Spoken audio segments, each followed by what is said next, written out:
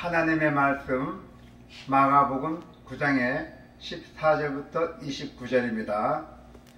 이에 그들이 제자들에게 와서 보니 큰 무리가 그들을 둘러싸고 서기관들이 그들과 더불어 변론하고 있더라. 온 무리가 곧 예수를 보고 매우 놀라며 달려와 문안하거늘 예수께서 물으시되 너희가 무엇을 그들과 변론하느냐? 무리 중에 하나가 대답하되 선생님, 말 못하게 귀신 들린 내 아들을 선생님께 데려왔나이다. 귀신이 어디서든지 그를 잡으면 거꾸로도 거품을 흘리며 이를 갈며 그리고 파리에 지는지라. 내가 선생님의 제자들에게 내쫓아 달려 하였으나 그들이 능히하지 못하더이다. 대답하여 이르시되 믿음이 없는 세대여, 내가 얼마나 너희와 함께 있으며 얼마나 너희에게 참으리요. 그를 내게로 데려오라 하시매 이에 데리고 오니 귀신이 예수를 보고 곧 그 아이로 심히 경련을 일으키게 하는지라. 그가 땅에 엎드러져 구르며 거품을 흘리더라. 예수께서 그 아버지에게 물으시되 언제부터 이렇게 되었느냐 하시니 이르되 어릴 때부터이나이다. 귀신이 그를 죽이려고 불과 물에 자주 던졌나이다. 그러나 무엇을 하실 수 있거든 우리를 불쌍히 여기사 도와주시옵소서. 예수께서 이르시되 할 수 있거든이 무슨 말이냐? 믿는 자에게는 능히하지 못할 일이 없느니라 하시니 곧 그 아이의 아버지가 소리를 질러 이르되 내가 믿나이다. 나의 믿음 없는 것을 도와주소서 하더라. 예수께서 무리가 달려와 모이는 것을 보시고 그 더러운 귀신을 꾸짖어 이르시되 말 못하고 못 듣는 귀신아, 내가 내게 명하노니 그 아이에게서 나오고 다시 들어가지 말라 하시매 귀신이 소리 지르며 아이로 심히 경련을 일으키게 하고 나가니 그 아이가 죽은 것 같이 되어 많은 사람이 말하기를 죽었다 하나 예수께서 그 손을 잡아 일으키시니 이에 일어서니라. 집에 들어가심에 제자들이 조용히 묻자 우리는 어찌하여 능히 그 귀신을 쫓아내지 못하나이까? 이르시되 기도 외에 다른 곳으로는 이런 종류가 나갈 수 없느니라 하시니라. 아멘. 네. 자, 오늘 하나님의 말씀의 본문이 뭡니까? 믿음이라는 것이 뭐입니까? 믿음이라는 것이 무엇이냐는 얘기요. 믿음. 자, 마가는 이제 본격적으로 하나님 나라의 영광을 향해 걸어가는 제자들에게 어떻게 세상에 하나님 나라를 선포해야 하는가를 설명하기 시작합니다. 무엇보다도 제자들은 믿음의 사람들이어야 하는데, 특히 제자들이니까 믿음의 사람들이어야 돼요. 믿음의 제자들이어야 되는데, 믿음의 사람은 어떤 사람인가에 대한 가르침이 오늘 본문의 말씀입니다. 자, 14절부터 18절에 보면은 변론하는 제자들, 변론. 모세가 시내산에서 내려왔을 때도 이스라엘 백성이 금송아지를 숭배하고 있었던 것처럼 예수님과 세 제자가 산에서 내려왔을 때도 나머지 제자들이 큰 무리 가운데서 서기관들과 변론하고 있었어요. 기도는 안 하고. 14절이잖아요. 그래서 유대인들은 율법을 아는 것을 등시했어요. 이 유대인들은 율법을 아는 것을 등시했고 논쟁하기 좋아했어요. 뭐 예수가 어땠니, 뭐 믿음이 어떻고 어떻게 하는 이런 논쟁하기만 좋아했던 것입니다. 이 유대인들이. 그래서 문제는 산 아래에 있던 제자들이 서기관들과 논쟁하긴 했지만은 정작 귀신은 내쫓지 못했다는 사실입니다. 그 아기인데 귀신 들린 아기를 내쫓지 못했어요. 더 심각한 것은 이 귀신이 전형적인 죽음의 증상을 나타내고 있다는 것입니다. 그래서 하나님의 말씀이 없어. 하나님의 말씀이 없어서 죽어가는 사람의 모습을 상징적으로 보여주는 모습입니다. 그래서 오늘 본문의 장면은 눈앞에서 사람들의 말씀이 기갈, 영혼의 기갈로 죽어가고 있음에도 하나님의 능력으로 그들을 구원하지 못하고 그저 앉아서 논쟁만 하겠었어요. 논쟁만 하고 논쟁만 벌이고 있는 그런 교회의 모습을 보여주던 겁니다. 유대인들과 같이 제자들이, 남은 제자들이. 그래서 뭡니까? 교회는 무엇보다도 세상의 생명을 선포하고 죽어가는 영혼을 구하는 일을 최선을 다해야 돼요. 그 교회의 목적이에요. 믿음 없는 세대가 되어버렸잖아요. 19절에 24절에 보니까요. 19절에 24절에 보니까 믿음 없는 세대가 되어버렸죠. 자, 볼까요? 19절에 대답하여 이르시되 믿음이 없는 세대요 내가 얼마나 너희와 함께 있었고 얼마나 너희에게 참으리요 그를 내게로 데려오라 하시매.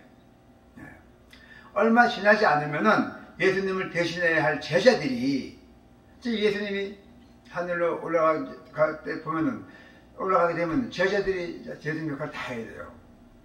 근데 예수님을 대신해야 할 제자들이 논쟁이나 하고 있으니 됩니까? 뭐가 옳고 이거는 저것만이 그거 아니잖아요. 그래서 예수님 뭐라 했어요?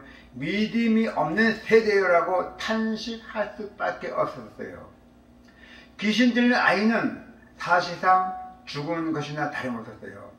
어릴 때부터 그랬으니까 그 아버지의 마음이 얼마나 무너졌을까, 얼마나 아팠을까요? 충분히 우리가 공감할 수가 있습니다. 그리고 그 아버지는 거의 자포자기한 상태였어요. 그래서 어떻게 됐어요? 예수님께 할 수 있거든 도와달라고 요청하기 시작합니다. 22절에 보니까 귀신이 그를 죽이려고 불과 물에 자주 던졌나이다. 그러나 무엇을 하실 수 있거든 우리를 불쌍히 여기서 도와주옵소서 하세요. 그 도와달라고 예수님께 요청했던 것입니다. 그래서 이제 어떻게 됐어요? 예수님은 정신이 번쩍 들도록 할 수 있거든 무슨 말이냐, 믿는 자에게는 능히 하지 못할 일이 없느니라고 선언했잖아요. 23절에 보니까 예수께서 이르시되 할 수 있거든이 무슨 말이냐, 믿는 자에게는 능히 하지 못할 일이 없느니라 했어요. 그러자 그는 나는 믿음이 없지만 믿겠습니다라는 고백했어요. 주여 나는 믿음이 없지만은 믿겠습니다 했어요. 고백하면서 어떻게든 자신의 그 불신앙을 극복하려고 아주 절개한 모습이었어요. 그래서 24절에 보니까 뭐라 나왔냐면은 예수께서 이르시되 할 수 있거든 무슨 말이냐 나와있고, 그 다음에 곧 그 아이의 아버지가 24절에 보니까 곧 그 아이의 아버지가 소리를 질러 이르되 내가 믿나이다 나의 믿음 없는 것을 도와주소서 하잖아요. 예. 그런데 이런 태도가 믿음으로 인정받았어요. 예수님인데. 할렐루야. 예. 그래서 그의 믿음은 논리와 상관없고 말씀에 대한 논리적 변론으로 말씀 없이 죽어가는 사람을 구할 수 없었잖아요. 구하려 못하게 오직 믿음의 능력이라 했어요. 아멘. 예. 자, 유대인들과 변론하고 노닥거릴 때가 아니었어요. 변론이 아니라 기도로 살아라. 25절, 29절 내용에 보면은 변론하지 말고, 쓸데없는 변론 같은 장난하지 말고 오로지 기도로 살아라. 예수님은 무리가 모여드는 가운데서 즉시 귀신을 내쫓았대요. 할렐루야. 그러다 그의 아버지의 저기를 믿음으로 인정하셨다는 증거잖아요. 마가복음에서 믿음의 근거에 일어난 예수님의 치유는 무리 앞에서 이루어지기 때문이에요.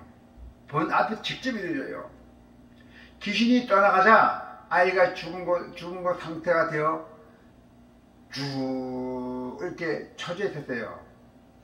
그 처져 있으니까 실패한 것처럼 보이잖아요. 보는 사람들이 아이고 이게 뭐 아니구나 하고 그렇게 보였지만은 예수님은 그 손을 잡아서 일으켰어요. 이렇게 되니까 보호죄가 일어났던 거예요. 그래서 다시 살리시는 모습을 보여주셨어요. 26절, 27절에 보니까. 자, 26절 한번 읽어봅시다. 26절, 27절. 시작. 귀신이 소리 지르며 아이로 심히 경련을 일으키게 하고 나가니 그 아이가 죽은 것 같이 되어 많은 사람이 말하기를 죽었다 하나 예수께서 그 손을 잡아 일으키시니 이에 일어서니라 하잖아요. 그러다 어떻게 해서요? 주여 내가 믿나이다. 나의 믿음 없는 것을 도와주소라는 그 연약한 믿음도 이처럼 죽음을 극복하는 능력을 체험할 수 있었던 것이에요. 제자들이 자신들의 실패, 제자들이 못 고쳤잖아요. 그래서 제자들이 자신들의 실패한 이유를 여쭈었어요. 예수님인데 예수님 뭐랬어요? 너희들은 내가 없는 동안에 기도는 열심히 해야 되지. 기도는 안 하고 매일 믿어진가 변론만 하고 그랬잖아요. 모든 것은 변론으로 처리하는 것이 아니라 기도로 문제를 해결해야 된다 했어요. 기도로. 변론으로 문제는 안 된다 했어요. 우리가 전도로 나가면요 조금 예수 아는 사람이 있어요. 우리가 주 예수 믿어라 구원 얻으리라면 예수 믿어 구원 어떻게 얻니 이렇게 반발 까쪽까쪽 묻는 사람도 있어요. 그 변론하는 사람들이 많이 있습니다. 예. 그 사람들은 아니에요. 예. 그래서 예수님께서는 절대로 변론의 능력은 사람을 고칠 수 없고 오직 기도를 통해 나타나는 것을 잊지 말아야 한다고 주님께서 말씀하셨습니다. 아멘. 예. 그래서 제자들이 변론에 열을 올린 것처럼 변론에 막 열을 올리잖아요. 서로 막 공방하잖아요. 그런 것처럼 우리 교회가 본질적인 사명이 변론이 아니잖아요. 그 변론에 열을 오는 것처럼 기도로 영적 본능을 열을 내라는 것이에요. 거기서 시작하라는 얘기예요. 예수님께서 기도로 영적 본능을 아주 기도로 하라 했대요. 우리 인간의 지식이나 능력, 재물이 아니라 오직 주님의 능력으로만 의지하고 믿음으로 우리가 기도하는 자가 결국 영광스러운 승리를 누릴 수 있다는 것입니다. 우리는 항상 기도로 살아가기를 축원합니다. 할렐루야. 하나님 아버지 감사 기도드립니다. 오늘 수요 예배에도 주님이 우리와 함께 해주시기를 믿습니다. 그리고 저희들도 오늘 주님의 말씀을 듣도록 변론이 아니라 오직 기도로 살고 기도로 죽고 모든 것은 기도를 통해서 우리가 살아가는 일상생활에 살아갈 수 있도록 주님 인도해 주셔서 감사합니다. 사랑이 풍성하신 예수 그리스도 이름으로 기도드립니다. 아멘.